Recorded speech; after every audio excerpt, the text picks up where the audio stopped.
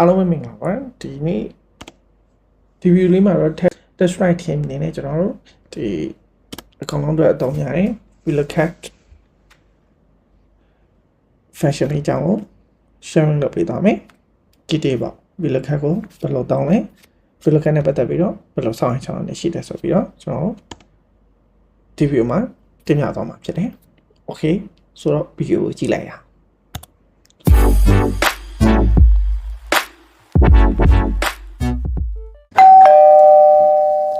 Okay အခုဒီကို VLOOKUP အကြောင်းပြောပေးမယ်VLOOKUP ကတော့ဘာပြောအိမ်ထဲမှာဒါနည်းနည်းလေးဆရာကြာတယ်ဒါပေမဲ့ VLOOKUP ကြောင်းနားလိုက်ပြီးတဲ့အခါမှာ VLOOKUP အရင် easy ဖြစ်သွားလိမ့်မယ်သူထက်ကောင်းတဲ့ HLOOKUP sorry သူထက်ကောင်းတဲ့ဒီ index max ဆိုတာမျိုးတွေတွေ့လိုက်တဲ့အခါကျ VLOOKUP ကို3000တုံးချင်တော့မှာမဟုတ်ဘူး but ဒါပေမဲ့VLOOKUP ကတည်တင်တယ်လက်ရှိလေတနည်းအားတော်တော်များများမှာအသုံးဝင်တယ်ဘာဖြစ်လို့လဲဆိုတော့အရင်ကပဲမြန်ဆန်တဲ့လွယ်ကူတဲ့ database ကနေ data ကိုလှမ်းရှာတဲ့အခါမှာအရင်ကပဲ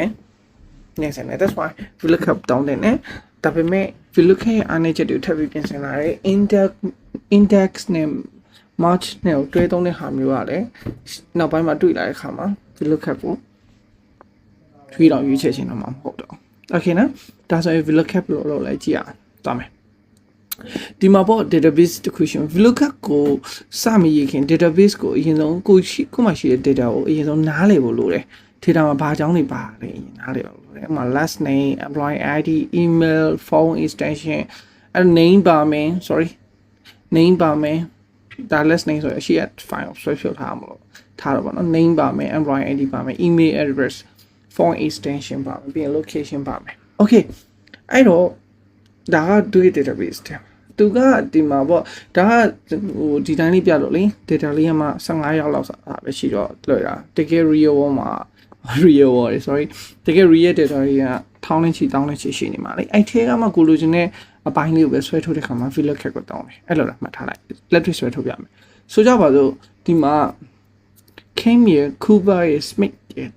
3ယောက်ရှိတယ်အဲ့3ယောက်ရဲ့ပထမဆုံးဘာသိချင်လားဆိုတော့ employee ID ကိုသိချင်တယ်ဘယ်ထဲကနေသိချင်တာလဲဆိုတော့ database တွေမှာပါတဲ့အတိုင်းဒါဆိုရင် database တွေကနေ data ဆွဲထုတ်တော့မယ်ဘာတော့မလဲ VLOOKUP တော့မယ် okay VLOOKUP လို့ဘာကြောင့်ခေါ်လဲဆိုတာရှိသေးတယ်เนาะ VLOOKUP လို့ဘာကြောင့်ခေါ်လဲဆိုရင်ဒါ virtual lookup virtualization နဲ့ရှိရ right အဲ့ဒီမှာ virtual ရဲ့ဘာပြော column တွေပြော horizontal ဘာပြော row တွေပြောတာဒါဆိုရင် virtual ဆို column လက်ကို lookup ကြည့်အောင်မလို့ VLOOKUP လို့ခေါ်တာ right okay ဟုတ်ပြီVLOOKUP ရေးလိုက်ပြီ K ရဲ့ employee ID right so VLOOKUP ပြီးရင် lookup value ရေးပြမယ် lookup value ဆိုကိုရှာခြင်းနဲ့ဒါလေးပဲပြီးပါလို့ရလေ comma right ပြီးရင် table array ထည့်ပေးရတယ် table array ဆိုတာကဒီမှာဆောင်းနာပြောတယ်ကိုယ့်ရဲ့ database ပေါ့နော် database အဲ့တော့King ကလည်း name ထဲမှာပါမယ် employee ID ကလည်းဒီထဲမှာပါနေဆိုတော့ရှာလို့ရပြီတကယ်လို့မပါခဲ့ဘူးဆိုလည်းတွေ့မှာမဟုတ်ဘူးအဲ့တော့ဒါဆိုရင်တော့ရှာနေတဲ့ဒီ King က database ထဲမှာမရှိပါဘူးလို့ return ပြန်လိုက်မယ်ရှိရဆိုရင် data ထုတ်ပေးလိုက်မယ်ဒါပဲ so ဒါဆိုရင်တို့တတ်မှတ်ရအောင်အဲ့တော့ database တစ်ခုလုံး header ကလွှဲပြီးတော့ဒီကိုလို့ select ပေးလိုက်မယ် select ပေးတဲ့ခါမှာလည်းဒီလို select တန်းပေးလိုက်တာထက်ဒီလိုမျိုးလေးပေးရကောင်းတယ်ပထမဆုံးတန်းအောင်နော်1 2 3 4 5ဒါဆိုရင် column 5ခုပါတယ် database ပြီးအောက်ထီကိုဆွဲချလိုက်ပေါ့ control shift ထောင်းလိုက်တော့ねဆိုတော့ပြီးဘာလုပ်အောင်လဲဆိုမမင်းနဲ့ database ကို log ကိုခံရမယ်အသေးရွှေ့သွားလို့မရ lock ခံရမယ်အဲ့တော့ row ကို column အောင် lock ခံမယ် lock တဲ့အကြောင်းနဲ့ပတ်သက်ပြီးနောက်မှဒီတပုတ်တင်ပေးမယ် lock တာကလည်းအရေးကြီးတယ်ပေါ့ VLOOKUP မှာပြီးရင်ဘာလုပ်ရလဲသူ lookup array ကိုတိဆောက်ပြီးသွားပြီဆိုပြောချင်တာအရှိက lookup value king ဆိုတဲ့ကောင်လေးကိုအခုသတ်မှတ်ပေးထားတဲ့ select ပေးထားတဲ့ database ထဲမှာရှာပေးပါသူ့ရဲ့ ID ကိုရှာပေးပါတွေ့ရင်ပြီးပါလို့ပြောလိုက် okay ဟုတ်ပြီ I နဲ့လာပြီ index number ဆိုတာကသူရှာခိုင်းတဲ့ဒီ employee ID ကဆိုတော့ database ရဲ့ column ဘယ်လောက်မြောက်မှာရှိတာလဲဆိုတော့စင်ကိုယူသွားရလေ1 2 3 4 5လို့ right employee ID ရဲ့ database မှာဆိုရင် let's name ပြီးတော့ employee ID လာမှာလားအဲ့တော့1နဲ့ပေါ့ ဒါဆိုရင်နစ်ပေါ့ comma true လား false လားအဲ့တော့ true က approximate match false က exact match approximate match ကိုတော့သုံးလို့မရှိဘူး false exact match ကိုပဲသုံးလို့ရှိဘူး exact match ဆိုတော့ king ဆိုတဲ့ကောင်ဘလုံးဝတွေ့တော့မှဘေးနားမှာအခြားဝီဝါးလောက်ဆရာမလို့သူပြီးရင်ရှင်းပြမယ်တစ်ချက်နော်အဲ့တော့ pop ကို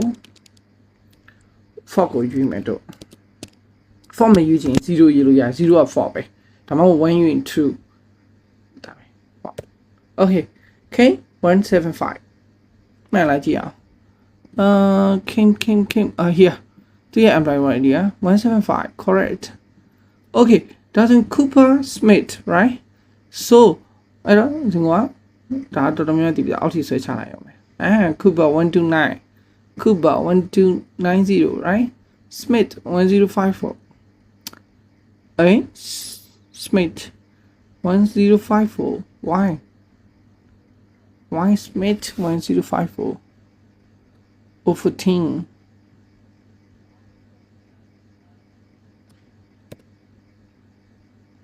Smith 130 1054 or here Smith to die that's why huh happy Smith လား okay ဒါဆိုဒီနားလေးတစ်ချက်ပြောတာ Smith ကဘယ်နှစ်ယောက်ပါလဲဒီမှာ Smith တခုဒီမှာ Smith တခု here Smith နှစ်ခုတွေ့တဲ့ခါကျရင်ဒီလောက်ကမှာဆိုရင်ဘာကိုယူလဲအပေါ်ဆုံးဆက်စတွေ့ချင်း Smith ကိုယူဒုတိယ Smith ကို ignore လုပ်သွားတယ်အဲ့ဒါအပြီး look ခဲ့အားနေချက်ပဲ Smith တူလိုက် name ထူနေပြီဆိုရင်ဘာဖြစ်လဲအပေါ်ဆုံးကောင်ပဲယူရတယ်ဒါ VLOOKUP ရဲ့အားနေချက်နောက်ပိုင်းမှာအဲ့ဒါကိုပြင်ဆင်ဖို့ဘယ်လိုလုပ်မလဲဆိုတဲ့ဟာမျိုးကြီးပါလာတယ်ဆိုတော့ပြောရင် investment တွေပါလာတယ် XL lookup ဆိုတာပါလာတယ် XL lookup ကတော့လုံးဝ event ကြတယ်တော်တော်လေးလမ်းနေမိုက်နော်အဲ့နောက်ပိုင်းကျရင်တော့တစ်ချက်စင်ကိုထပ်ပြီးပြောပြပေးမယ် okay employee ID right so employee ID being so phone extension let me check phone extension အဲ့တော့ VLOOKUP ပြန်ခဲ့ပြမယ်နော်လွယ်အောင်သိပါအောင်နော်အဲ့တော့အမှန်ဆို copy ကူးလိုက်ပြီးတော့ index number လေးချိန်လိုက်လဲရတယ်အဲ့နောက်ဆုံး location ကိုကြည့်တဲ့ခါကျလုပ်ပြမယ်အပြန်ရမယ် equal VLOOKUP right VLOOKUP ပြီး lookup area king ကိုရှာချင်တာlookup VLOOKUP king lookup area အကောင်လုံးသတ်မှတ်ပေးရမယ်ဒီ header မှာပါပဲね control shift down arrow key okay right comma index number okay phone insertion database မှာဘယ်နေရာမှာရှိနေရလဲအဲ့တော့1 2 3 4 here right so ၄ခုမြောက်ဆို4လို့ရေးမယ် access map ကိုထားခြင်းတော့ for လို့ရေးခြင်းရ0လို့ရေးခြင်းရမယ်0လို့ရေးလိုက်ပြီးတော့ enter ခေါက်ချလိုက်126 okay to your phone extension 126 correct okay so Cooper 113 must be 113 right okay and spin dismiss မှာဆို best submit ဖြစ်မှာလား boss submit ပေါ်148ပေါ့အောက်က submit ဖြစ်တော့137 no okay here you see အောက်ကြပါလား why ဘာဖြစ်လို့လဲ Lomachello database ကို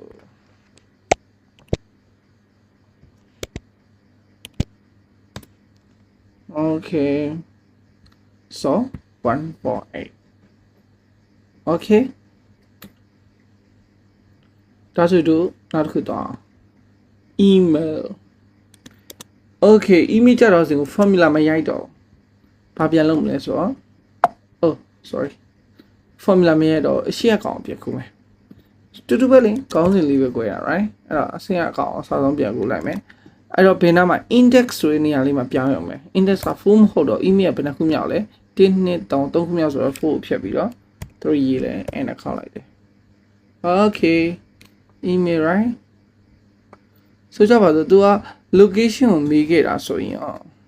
email right forward email ခင်းရဲ့ email ကsake